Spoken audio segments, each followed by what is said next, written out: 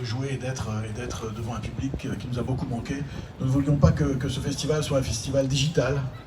Voilà, je crois qu'on avait, même si ça a été formidable que les artistes nous tiennent ensemble grâce à Facebook ou à Instagram, et on voulait vraiment, moi je voulais vraiment sentir cette ambiance de public et d'échange, de partage, d'émotion. Voilà. Donc ça c'est ce qu'on va faire ensemble.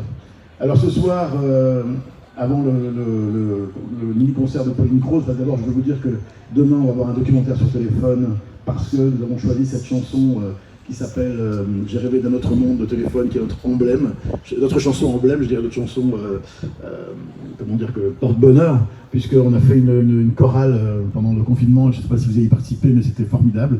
Et donc on voudrait que le 14 juillet, on chante tous ensemble, ici, mais partout dans la ville, cette chanson. Après, on aura un magnifique portrait de Christophe Miossec, sublime portrait, suivi d'un mini-concert de Christophe Miossec.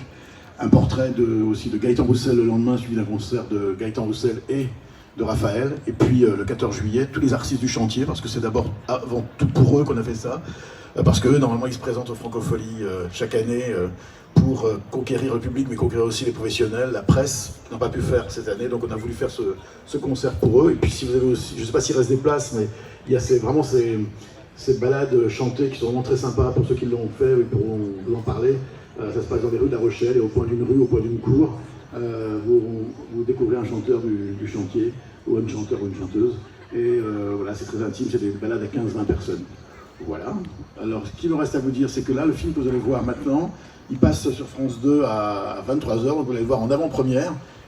Et je dois dire que j'en suis le coupable et responsable, et je me suis régalé à aller dans les archives des Francopholies. Dieu sait si je les connais, mais j'ai découvert encore plein de choses. Et je dois dire que je ne suis pas mécontent.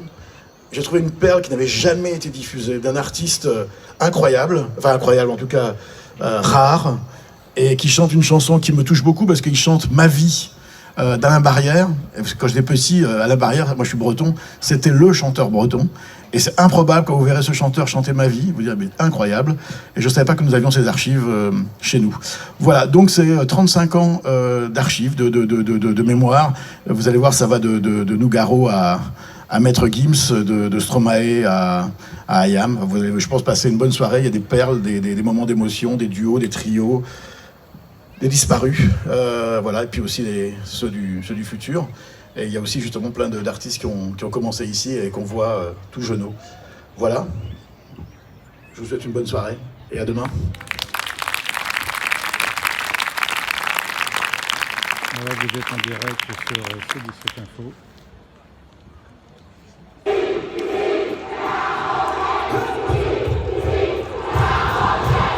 Chaque été, à la mi-juillet, sur les quais de La Rochelle, c'est le grand rendez-vous de la scène française. Ce sont les Francopholies. Toutes les légendes de la chanson francophone y ont chanté au moins une fois dans leur carrière.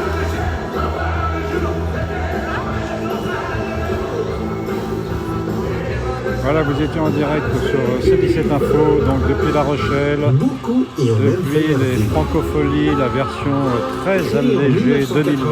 Par Jean-Louis Foulquier, les Francopholies ont aujourd'hui C'est donc 35 la ans. première soirée. À très bientôt.